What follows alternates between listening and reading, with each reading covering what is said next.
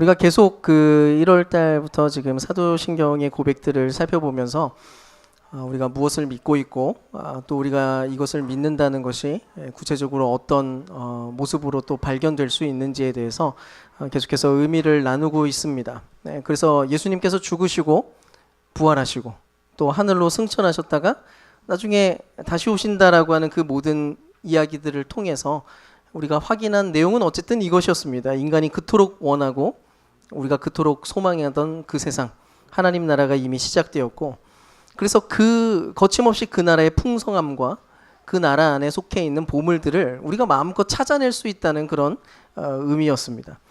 요한복음 10장 10절에서 요한복음에 그 예수님께서 나는 양들이 생명을 얻고 더 넘치게 얻게 하려고 왔다라고 하는 그 말씀이 마침내 이루어졌다라고 하는 그런 내용들이었습니다. 그래서 이제 오늘 이제 우리가 좀 고민해야 되는 것은 솔직하게 우리 자신을 좀 돌아봤으면 좋겠습니다. 우리는 이런 고백을 그래서 할 때마다 문득 의문에 사로잡힐지도 모릅니다. 근데 진짜 하나님 나라가 온 게 맞나? 라는 의문 말입니다. 왜인가요? 이 땅의 교회들을 바라볼 때, 또 우리 자신의 삶의 모습을 우리가 스스로를 돌아볼 때 우리의 삶이 왠지 여전히 풍성하지 못하고 무언가에 사로잡혀서 허우적거리는 듯한 그런 모양새를 우리는 보게 되고 또 경험하기 때문에 그렇습니다. 꼭 그게 신앙생활을 우리가 똑바로 안 해서 그런 것만도 아닙니다. 나름대로 열심히 예배도 참석하고 나름대로 계속해서 알게 된 지식들이 차곡차곡 쌓여가지고 지식도 분명히 있는데 많아진 것 같은데, 근데 우리는 여전히 불안하고 좌절하고 분노나 짜증이 충만해지는 나 자신에 대해서 우리가 목격하게 되곤 하거든요. 또 심지어는 진짜로 복음에 대해서 제대로 설명을 들었고 복음을 정말 제대로 알게 되었는데도 이런 일이 벌어질 수 있다는 것입니다. 우리를 돌아보십시오. 우리는 복음에 감격했고, 그래서 하나님께서 우리를 예수 그리스도 안에서 무조건적으로 용납했고 용서했다는 그 사실을 아멘이라고 얘기하면서 받아들였습니다. 그런데도 우리는 여전히 다른 사람들의 시선에서 자유롭지 못하고 자기 자신을 온전히 사랑하지 못하는 모습으로 계속 살아가게 되곤 한다는 것이죠.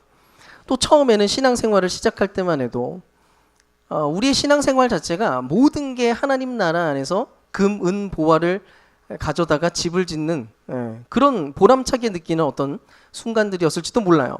근데 어느 순간 우리의 신앙생활의 양상이 조금씩 변질되기 시작합니다. 신앙생활을 하는 게 뭔가 짐스럽게 여겨지고 뭔가 고통스럽게 여겨지는 그런 상황들이 이렇게 벌어지곤 한다는 거죠.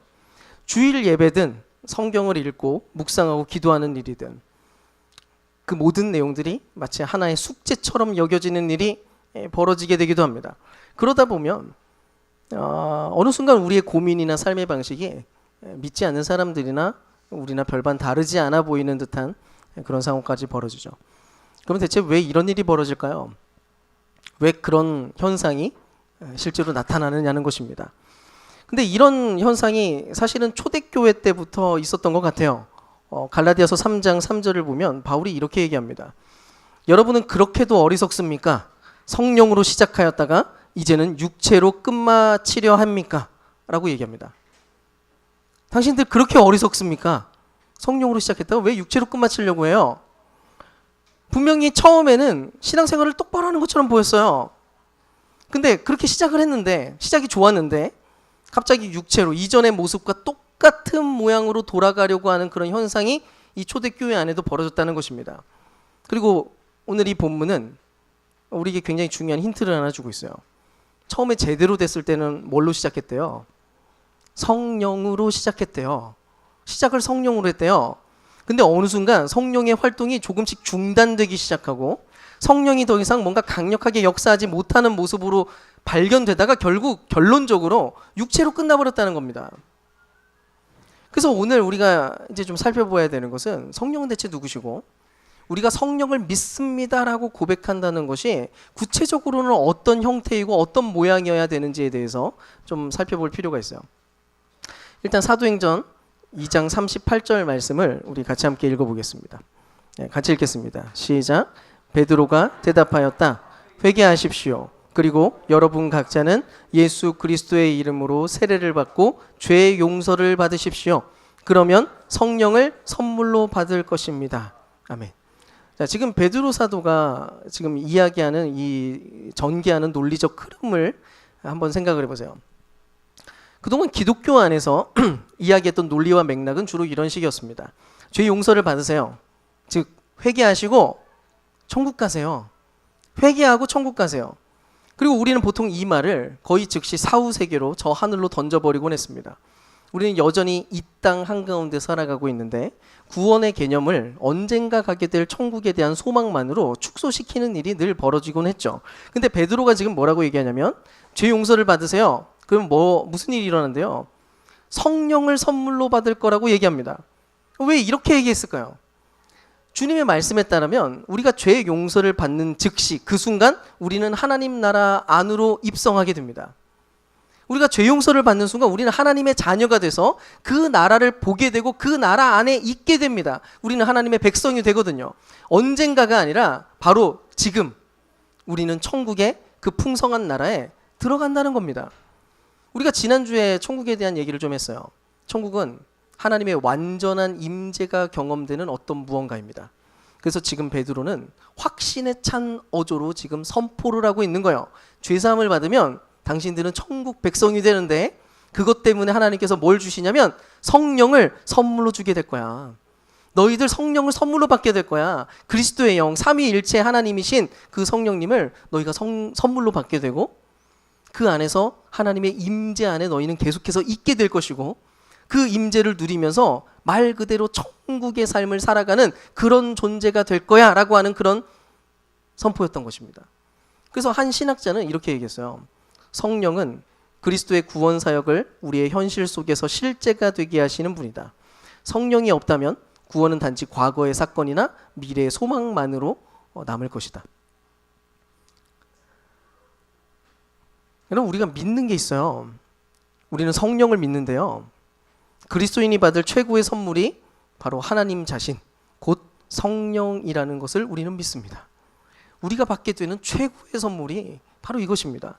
성령 덕분에 하늘에 속한 모든 능력과 에너지와 사랑을 우리는 공급받을 수 있다라고 지금 이야기를 하고 있어요. 그래서 예수님이 본인이 이제 이 세상을 떠나실 때, 하늘로 이제 가실 때, 그 전에 성령이 오실 것을 염두에 두고 제자들에게 이렇게까지 얘기를 했어요. 요한복음 14장 12절인데요. 이걸 한번 주의 깊게 한번 읽어보겠습니다. 자, 읽어볼게요. 시작. 내가 진정으로 너희에게 말한다. 나를 믿는 사람은 내가 하는 일을 그도 할 것이요 그보다 더 큰 일도 할 것이다. 그것은 내가 아버지께로 가기 때문이다. 아멘. 여러분, 이 말을 잘 생각해 보세요. 이거 얼마나 엄청난 이야기 아닙니까? 약간 예수님이 약간 허언을 좀 하신 거 아닌가? 이런 생각이 들지 않아요? 예수님이 얼마나 대단한 삶을 사셨는데, 우리가 아는 예수님의 삶은 놀라운 삶이고 우리가 접근할 수도 없는 수준의 대단한 분이셨는데, 근데 예수님이 뭐라고 얘기하냐면 우리가 그것보다 더 큰 일을까지 할 수 있다라고 지금 이야기를 하고 있다는 거예요. 근데 여러분, 예수님은 이 얘기를 할 때 확신을 했습니다. 성령님이 오시면 얼마든지 그 일이 가능하다고 확신을 했어요. 왜냐? 사실 그럴만 했습니다. 예수님도 이 땅을 살아가는 동안 내내 성령님과 함께 사역을 진행해 왔거든요. 성령님과 함께 계속해서 친밀한 관계 안에서 그분은 일하셨습니다. 전에 예수님의 인간성에 대한 이야기를 우리가 했어요. 예수님 얘기를 하면서. 그분은 하나님이시지만 이 땅에 사시는 동안 그분은 철저하게 인간 그 자체로 사셨습니다. 그분은 분명 인간이었습니다. 그런데도 그분이 그토록 특별한 삶을 살아갈 수 있었던 이유가 뭐냐면 사실은 성령님 때문이었어요. 예수님은 탄생하던 시절부터 처음으로 성령으로 잉태를 했고요. 세례 받을 때에도 하늘에서 성령이 내려왔습니다. 또 성령에 이끌려서 광야에 가서 시험을 받으시고 성령에 충만하셔서 감사 기도를 드릴 때마다 놀라운 역사들이 일어났습니다. 사도행전 10장 38절을 보면 이렇게 얘기를 해요. 하나님이 나사렛 예수에게 성령과 능력을 기름 붓듯 하셨음에. 말 그대로 예수님께는 성령이 충만했습니다. 그리고 이사야서를 펼치면서 자신의 사역을 선포할 때도 성령이 자신에게 기름이 부어진다라고 하는 이야기를 하면서 그 공생의 사역을 시작하십니다. 그러니까 주님은 확신을 했던 거예요. 얘들아, 나도 인간으로 살면서 성령과 동행하면서 계속해서 이렇게 살아왔던 거야. 그리고 내가 이제 떠나면 너희에게 성령이 올 거야. 내가 그 성령을 너희에게 선물로 줄 거거든. 얼마나 다행이냐. 내가 너희랑 함께 있는 것보다 너희가 훨씬 나을 거야. 너희는 더 멋진 사람이 될 거고, 차라리 나보다 성령과 함께 있는 게 너에게는 정말 놀라운 일들이 일어나게 만드는 그런 사건이 될 거야. 그리고 주님께서 부활하시고 나서 제자들 앞에 나타나십니다. 그리고 어떻게 하세요? 숨을 후 부시면서 성령을 받으라 라고 이야기하십니다. 주님은 늘 언제나 자기와 동행하고 있었던 그 성령을 그때 제자들에게도 나눠주신 거예요. 물론 오순절 다락방에서 그 사건은 더 구체화되고 실체화됐지만 그때 벌어진 일이 뭐였냐면 성자 예수님과 성령 하나님 사이에 누리고 있던 그 고유했던 관계가 지금 제자들의 공동체 안으로까지, 교회라고 하는 그 공동체 안으로까지 확장되는 일이 벌어졌던 거예요. 성부와 성령의 관계가 이제는 우리와 성령의 관계가 같은 방식으로 작동하기 시작했다는 것입니다. 세상을 창조하시던 영, 우리의 구원을 이루시고 누리게 하시는 그 영이 복음을 믿는 자들에게 찾아오셨다는 것이죠. 할렐루야. 성령이 오시기 전 상황을 한번 생각해 보세요. 온 세상도 이스라엘조차도 하나님이 계획했던 풍요롭고 아름다운 삶을 조금도 만들어내지 못했습니다. 성령이 오시기 전까진 그랬습니다. 아무리 율법을 가지고 있어서 무엇이 옳고 그른지에 대해서 선명한 이해를 가지고 있다고 해도 불가능했습니다. 물론 오랜 세월 선지자들에게는 성령이 임했어요. 근데 그거 가지고는 안 됐습니다. 기적과 능력을 막 보여주기도 했습니다. 근데 바뀐 게 뭐가 있습니까? 하나님께서 꿈꾸시던 일, 인간이 정말로 하나님을 사랑하고 서로를 진실되게 사랑하고 그렇게 온전한 인간성을 회복하는 그런 일들은 이루어지지 못했다는 것입니다. 결국 율법주의에 얽매여 버린 채로 철저히 자기 자신이 죄인이라는 사실만 끊임없이 폭로될 뿐이었어요. 해도 안 되더라. 해봤자 비참하더라. 오라 나는 죄인이로다. 비참하고 공고한 자로다. 라고 하는 외침을 할 수밖에 없는 인생이었다는 것입니다. 근데 로마서 8장 2절에서 4절은 이렇게 얘기합니다. 우리 한번 이 말씀을 읽어보겠습니다. 시작. 이는 그리스도 예수 안에서 생명을 주는 성령의 법이 죄와 죽음의 법에서 여러분을 해방하였기 때문입니다. 율법이 육신으로 말미암아 약하여서 할 수 없는 것을 하나님께서는 하셨습니다. 그것은 육신을 따라 살지 않고 성령을 따라 사는 우리 안에서 율법의 요구가 이루어지게 하려는 것입니다. 아멘. 여러분, 이 이야기가 얼마나 놀라운 이야기입니까? 성령님 덕분에 율법의 요구가 마침내 이루어지게 됐다는 것입니다. 율법 안에 담겨있던 진정한 사랑의 능력과 지혜가, 그 진리가 마침내 인간 안에, 사람 안에 제대로 작동하게 만들 수 있는 기회가 찾아왔다는 거예요. 마침내 각 사람이 사랑을 실현하고 정의를 실천하고 평화를 실현해내는 기쁨과 감사로 가득 찬 복된 인생이 되게 하는 거, 신적 풍요를 누리며 살게 만드는 거, 그렇게 하나님이 꿈꾸던 세상이 마침내 시작됐다는 것입니다. 누구 때문에요? 성령 때문에. 사랑하는 여러분, 이 성령님은 이론이 아닙니다. 지금 이야기하고 있는 이 이야기는 한낱 추상적인 선언이 아닙니다. 우리에게 오신 하나님이시고 지금도 살아 역사하시는 실체라는 사실을 여러분 믿으시기 바랍니다. 그렇다면 성령님에 대한 무지를 우리는 깨뜨려야 되는 것이고요. 더 이상 그분에 대해서 무시하지 않고 살아가기를 계속해서 우리는 소망해야 됩니다. 그런 면에서 이제 우리가 살펴봐야 될 것은 대체 어떻게 성령을 대할 것인가에 대한 문제입니다. 실제로 많은 그리스도인들이 성령님에 대해서 무지하고요, 성령과 함께 동행하는 삶을 살지 못하기 때문에 풍성한 삶 역시도 경험하지 못하게 되곤 합니다. 여기에 대한 대답을 좀 찾기 위해서 우리 로마서 또 8장 5절에서 6절 말씀도 한번 읽어보겠습니다. 같이 읽겠습니다. 육신을 따라 사는 사람은 육신에 속한 것을 생각하나 성령을 따라 사는 사람은 성령에 속한 것을 생각합니다. 육신의 생각은 죽음이요 영의 생각은 생명과 평화입니다. 아멘. 지금 뭐라고 얘기해요? 육신을 따라갈 거냐?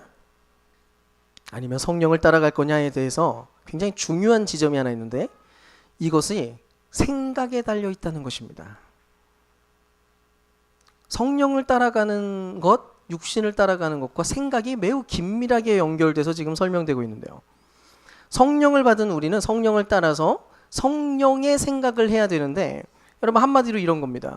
우리의 사고방식이 이 비전이 돼야 돼요. 우리의 사고방식이 마치 예수님처럼 되어가는 비전입니다. 성령의 생각이 가능해진다는 거예요. 우리가 무언가를 바라보고 무언가를 보면서 생각하는 그런 사고방식이 예수님처럼 된다. 즉 성령의 생각을 배워나가고 성령의 생각을 익혀나가면서 마치 예수님처럼 사고하고 생각하는 사람이 될 때 그때 우리가 신적 풍요를 누리면서 살아가는 존재가 될 거라는 거예요. 그래서 우리가 일단 주의해야 되는 게 뭐냐면 일단은 반지성주의적인 신앙에 대해서 여러분 거절하셔야 됩니다. 여러분 생각하셔야 됩니다. 신앙생활을 무조건 믿음으로 하겠다. 이성보다 믿음이 중요합니다. 예, 물론 당연히 믿음이 중요하고 하나님의 역사가 더 중요한 거 맞습니다. 근데 이성을 버리라는 얘기가 아니에요. 여러분 신앙생활을 믿음으로 한다는 것을 오해하지 마십시오. 아무 생각 없이 무조건 믿겠다라고 하는 게 그게 믿음이 아니기 때문입니다. 실제로 맹목적 신앙 있잖아요. 생각을 버리는 거. 제가 예전에 그 카툰 그 어떤 만화로 이렇게 카툰 써 있는 풍자하는 그거를 하나 본 적이 있었는데 교회예요. 교회에서 목사가 이제 성도가 들어옵니다. 아 안녕하세요. 잘 오셨습니다 하면서 제일 먼저 하는 게 뭐냐면 뇌를 빼더라고요. 자, 뇌는 일단 놔두시고요. 네, 뇌는 이제 필요 없어요. 믿음만 필요합니다. 이러면서 이제 이렇게 하는 그런 만화였어요. 실제로 맹목적인 신앙은 오히려 자기 자신을 철저하게 살피지 못하게 만들게 되고 맙니다. 그래서 당사자들은 인정을 잘 안 하지만 정작 자기중심적이고 우상숭배적인 신앙이나 율법주의적인 신앙으로 결국 발견될 확률이 매우 높아요. 생각하기를 거절하고 생각은 별로 하기 싫고 뭘 그렇게 알아야 되나 뭘 그렇게 고민해야 되나 분별하는 건 별로 귀찮으니까 원하는 건 이것뿐입니다. 그냥 알려주세요 빨리. 죄가 뭐고 선이 무엇입니까? 저는 시키는 대로 할게요. 해야 될 목록이나 불러주세요. 어떻게 하면 내가 그리스도인답게 사는 겁니까? 몇 가지 목록을 내가 지키면 되는 거 아닙니까? 그냥 그대로 하면 되죠. 그래서 뭐예요? 주일 예배 한번 체크, 헌금 약간 체크, 좀 나가면 봉사 하나 체크. 이 정도면 그리스도인이지. 편하죠. 이렇게 생각하면. 이런 식으로 신앙생활하면 간편합니다. 별로 그렇게 고민도 필요 없고요. 몇 가지 행동 그냥 습관적으로 만들어가지고 그냥 대충 살면 돼요. 근데 여러분 그게 신앙생활일 수 없다고요. 살펴본 것처럼 정말 성령을 우리가 따르기 위해서는 성령의 생각을 해야 된다고요. 이거는 강제주의의 내용이 아니라 우리가 그런 존재가 된다는 것입니다. 여러분 그러니까 어떻게 해야겠어요? 우선은 성경 안에 있는 진리의 생각들에 대해서 일단은 알아야겠죠. 성경도 읽고. 그래서 우리 주님은 어떤 세상을 꿈꾸고 계시고 우리의 주님은 어떤 생각을 하면서 세상을 바라보면서 살아가고 있는지에 대해서 알아가야겠죠.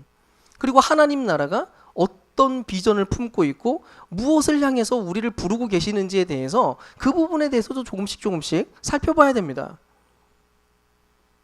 근데 여러분 이것만 가지고도 사실은 안 돼요. 그냥 이게 지식이 쌓이고 많이 알게 되었다고 그게 전부가 아닙니다. 어쩌면 우리 중에는 지금도 풍성한 삶으로 초대, 첫걸음, 뭐 기초까지 하고 교리반 뭐 하시고 그동안 신앙생활하면서 무슨 반 하면서 수료하고 하나도 안 중요합니다. 그게 중요한 게 아닙니다. 그럼 예를 좀 들어볼게요. 물리학과에 다니던 친구가 있었는데 평소에 공부밖에 모르는 최상위권 학생이었습니다.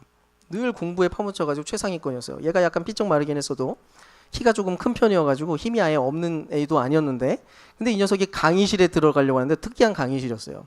문이 아주 무거운 참나무로 만든 육중한 문짝이었는데 이 녀석이 문 가운데를 미는 겁니다. 가운데를 밀면서 막 끙끙대면서 막 못 여는 거예요. 그걸 보다 못한 옆에 친구가 아주 가볍게 손잡이 부분을 쑥 밀었는데 쑥 그냥 쭉 열리는 거예요. 그랬더니 이제 삐쩍 마른 이 친구가 야 뭐야, 와 너 왜 이렇게 쉽게 열어? 너 힘 좀 세다? 그래서 함께 있던 그 물리학과 친구들이 한심한 표정으로 쳐다볼 수밖에 없었습니다. 왜냐? 이 친구는 얼마 전에 기계학 강의에서 토크라고 하는 물체를 회전시키는 힘에 대해서 배웠고 그것을 푸는 방정식에 대해서 정통해가지고 매우 높은 점수를 받았어요. 심지어 최고 점수를 받아내었거든요. 사실 물리학을 배우지 않았더라도 경첩에서 제일 먼 쪽을 밀 때 문이 쉽게 열린다는 것을 우리는 경험으로 압니다. 근데 이 친구는 이론과 현실이 전혀 연결되지 못했던 거예요. 여러분, 우리가 성령으로 생각한다는 것도 똑같습니다. 우리가 성경에 뭐가 써 있고 하나님 나라가 어쩌고 저쩌고 지식이 한가득이라고 해도 하나님에 대해서 막 나불나불거리면서 막 많이 말을 할 수 있어도 여러분 전혀 성령으로 살지 못하, 성령의 생각을 전혀 갖지 못하며 살아갈 수도 있다는 것입니다. 성경고사 1등하고 성경에 대한 논문을 막 수십 편 써냈어도 그게 즉시 성령의 생각을 하고 예수님처럼 생각하게 된다는 의미가 아니라는 거죠. 이론은 빠삭해도 삶에는 전혀 반영되지 못하는 일이 얼마든지 벌어질 수 있다는 것입니다. 한번 여러 상황들을 여러분 생각해 보십시오. 우리가 부당한 대우를 받았을 때, 갑자기 큰 지출이 필요한 그런 상황을 만났을 때, 운전을 하는데 갑자기 차가 훅 끼어들었을 때, 교회에서 봉사를 하거나 어떤 관계를 맺는 가운데서 어떤 문제가 생기기 시작했을 때, 그때 우리의 반응이 어떠했고 또 어떤 방식으로 우리는 계속해서 반응하면서 생각하면서 바라보며 지금 살아가고 있느냐는 겁니다. 알고 보면 여러분, 우리는 교회를 그래도 좀 다니고 좀 어느 정도 배우신 분들은 꽤 대답을 압니다. 답을 압니다. 많은 영역에서 예수님이라면 어떻게 했을지 대충 아는 사람들이 많습니다. 깨어진 세상과 이 현실 한가운데서 하나님의 뜻에 대해서 분별해야 마땅하다는 것에 대해서도 알고요. 분노와 싸움보다는 평화와 화해와 용서, 그것을 추구해야 된다는 것도 우리는 알고 있습니다. 그래서 부부 사이에서든지 자녀 사이에서든지 어떤 말투를 써야 되고 어떤 식으로 말을 하면 더 좋을지에 대해서도 나름대로 답은 알아요. 근데 자꾸만 현실은요, 서로를 죽이는 말, 상처 주는 말들이 막 튀어나옵니다. 그뿐입니까? 하나님께서 우리를 먹이시고 입힌다는 사실에 대해서도 우리는 알고 있어요. 모르지 않습니다. 자연스럽게 얘기합니다. 하나님이 우리를 먹이십니다. 근데 우리는 자꾸 육신의 생각에 사로잡혀서 온갖 불안과 걱정으로 잠을 이루지 못해요. 여러분, 그래서 진짜 중요한 게 이거예요. 성령의 생각을 일단 머리로도 이해하는 게 필요합니다. 그 기본이고요. 그러고 난 다음에 이걸 이해하고 깨닫고 아는 것으로 끝내는 게 아니라 이 머리에 있는 이 내용이 가슴까지 내려와서 내 온몸을 움직이는 힘이 되게까지 만들어 가야 된다는 거예요. 분명히 말하지만 이것이 우리가 풍성한 삶을 살아갈 수 있는 방법이고, 그래서 이것이 우리의 목표가 되어야만 합니다. 주님의 사랑으로 여러분께 권면드립니다. 부디 우리에게 주신 성령의 선물을, 여러분 안에 계신 그분을 여러분 잘 쓰시기 바랍니다. 성령의 은총이 머리에서부터 여러분의 가슴으로 온몸에 이르기까지 충만하게 그분께서 마음껏 활동하시기를 여러분 소망하셔야죠. 그분이 우리의 삶의 진리를 실현하게 만드시고 그 나라의 생각과 지식들을 마침내 살아가게 만들고 누리게 만드시는 그런 일들을 우리는 소망하는 겁니다. 마치 숨을 쉬는 것처럼 자연스럽게 이 모든 것들이 흘러나오도록 막 쥐어짜가지고 생각하는 시간이 지금 당장은 필요하지만 언제가 좀 지나다 보면은 자연스럽게 생각이 그런 방식으로 돌아가게 되는 거예요. 예수님처럼. 그거를 기대해야 됩니다. 지금 잘 안 돼도 우리는 믿습니다. 그 일이 가능하다고. 여러분, 우리는 성령을 믿습니다. 왜 안 믿으세요? 왜 포기하고 사세요? 이 정도면 됐다고 왜 그렇게 생각하고 사세요?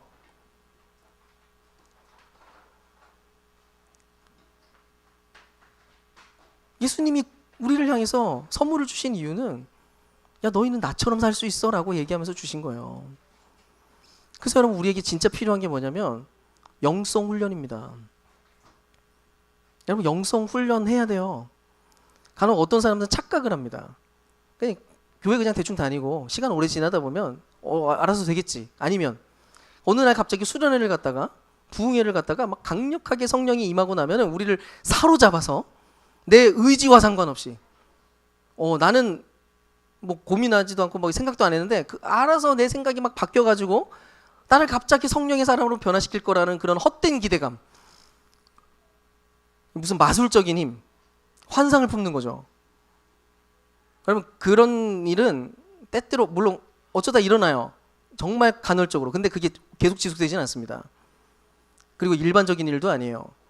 성령님도 마찬가지로 똑같이 하나님이시기 때문에 인격적 분이십니다. 그분은 우리가 거절하거나 우리가 그분을 무시하면 활동을 멈추실 수밖에 없어요. 인격적이거든요. 그분은 강제로 우리를 막 쥐어잡고 막 휘두르는 분이 아니에요. 그래서 반대로 우리가 그 나라를 꿈꾸고 성령과 함께 동행하는 것에 대한 갈망을 가지고 그분의 생각으로 살아가기를 정말 간절히 원하면서 의지하고 동행하는 삶을 살아가기 시작하면, 그렇게 애를 쓰면 그런 이들에게는 성령님께서 거침없이 마음껏 능력대로 활동하기 시작합니다. 마치 이런 것 같아요. 그 헬스할 때 그 PT 받잖아요. 우리가 혼자 계획해가지고 헬스장 끊고 가면은, 제가 우리 아파트 헬스장 끊어가지고 한 달 끊고 하루 갔거든요. 혼자 계획했는데 잘 안 돼요. 예, 혼자 계획해가지고 운동하고 다이어트를 해도 안 먹어야지 했는데 바로 그다음 1시간 뒤에 바로 막 먹기 시작하고 막 이럽니다. 근데 우리가 운동하고 다이어트 할 때도 탁월한 전문가의 손길과 그의 통제 아래에서 먹었다고 막 혼나고 막 이러면서 이제 계속 이제 가이드를 해줘가지고 가는 것과 가이드가 없는 것과는 엄청난 차이를 만듭니다. 혼자 하다 보면 포기하게 되고, 사실은 그 효율도 별로 효율적이지 않은데 도움을 받잖아요. 정말 탁월한 전문가의 도움을 받으면 그런 부분들이 보완되고 혼자서는 못했던 놀라운 일들을 경험하기 시작합니다. 근데 동시에 결국은 식단을 관리하고 운동할 때 자세 똑바로 잡으려고 하고 운동에 시간과 에너지를 써야 될 사람은 정작 자기 자신이에요. 아무리 옆에서 탁월한 전문가가 우리를 도와준다고 해도 자기 자신이 실제로 움직이지 않으면 사실은 아무 일도 일어나지 않습니다. 큰 돈 주고 헬스 PT 끊어놔도 지 먹고 싶은 거 다 먹고 운동 지 하고 싶을 때 하고 효과 없는 거죠. 우리한테 성령님이 오셨는데 안 들어요, 말을. 성령님이 우리한테 끊임없이 속삭이시고 끊임없이 진리를 이야기하시는데 들으려고 안 하는 거예요. 무슨 일이 벌어지겠어요. 여러분, 성령님과 함께 동행한다는 거, 성령의 생각을 배워가는 것도 여러분 똑같습니다. 성령은 성령의 일을 하실 거고요. 여러분, 우리는 우리의 일을 해야만 합니다. 그러니까 어떻게 해야 됩니까? 성령을 의지하면서 진리의 말씀을 바라보며 여러분 생각하셔야 됩니다. 그럴 때 성령님께서 말씀의 검을 휘두르십니다. 내 안에 그 검이 막 잘라내기 시작합니다. 내 안에 있는 것들을 보게 만듭니다. 그리고 그것들을 실제로 잘라내게 만듭니다. 그분이 마음껏 활동하시도록 여러분 그런 시간들을 드려야죠.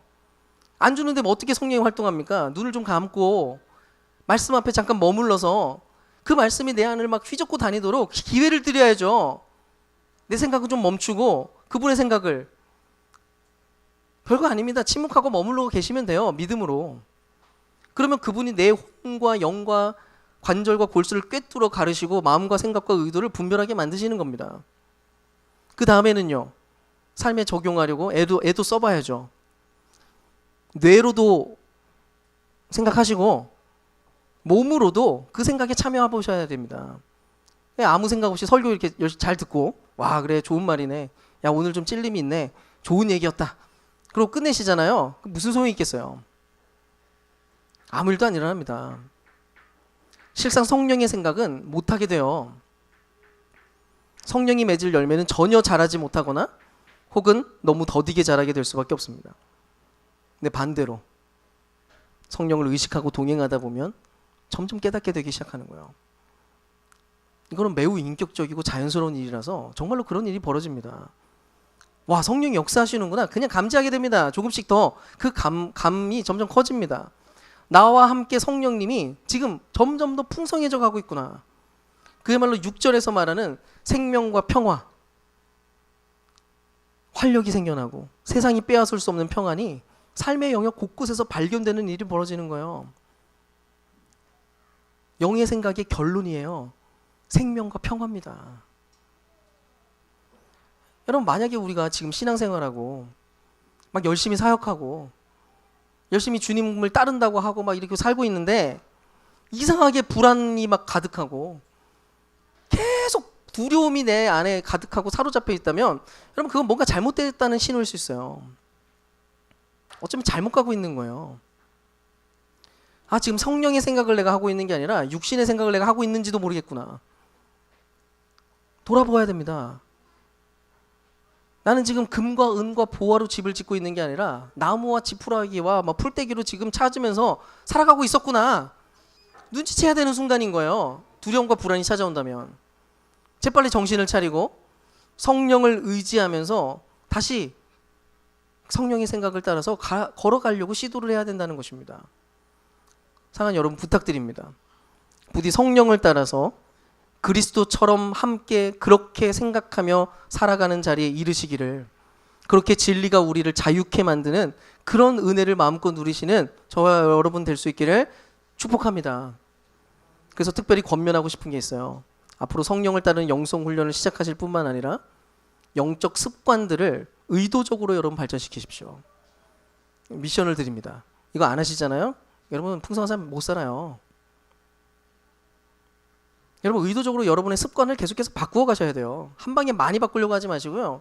계속 바꾸어 가십시오. C.S. 루이스는 스크루테이프의 편지에서 이렇게 얘기해요. 습관은 영적 생활의 필수적인 부분이다. 가장 완벽한 의지도 습관의 도움 없이는 유혹들을 이겨낼 수 없다. 아무리 내 의지가 많아도 습관의 도움이 필요하대요.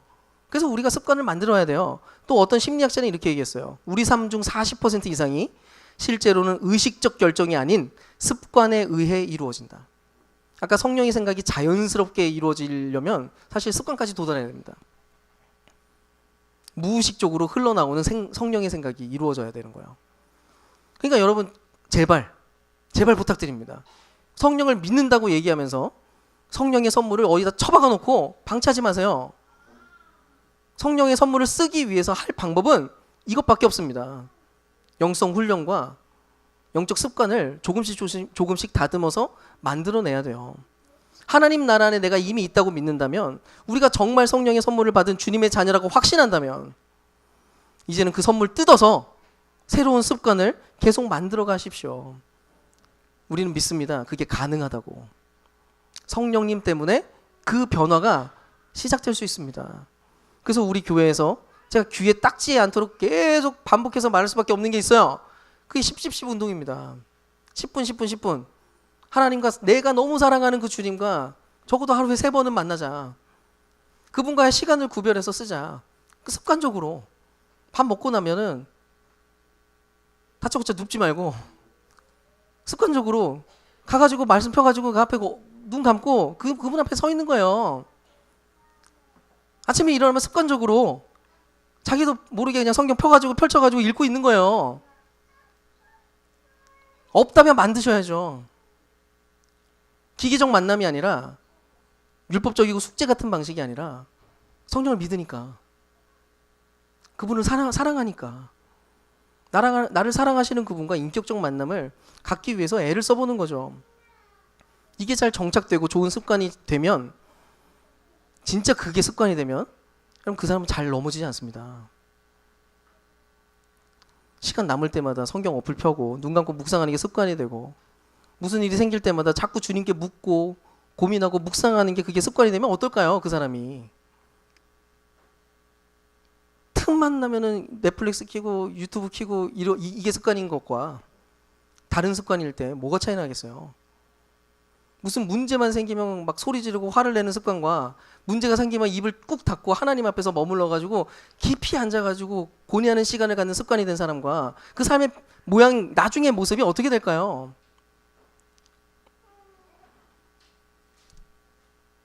매 순간 창조주 하나님과 함께 만나는 습관을 가진 사람, 그리고 그분과 사랑을 나누는 사람을 누가 당하겠어요? 그럼 마찬가지로 자기 자신을 사랑하기 위한 습관들도 만들어 가시고, 게으름 버리고 가치 있는 일을 하는 습관도 필요하고요. 또 가족과 이웃과 공동체를 사랑하기 위한 말투나 행동 방식의 습관들도 계속 조정해 가셔야 됩니다. 우리 안에는 안 좋은 버릇과 습관이 되게 많아요. 아무리 바꿔도 좀 있어요. 그래도 해야죠.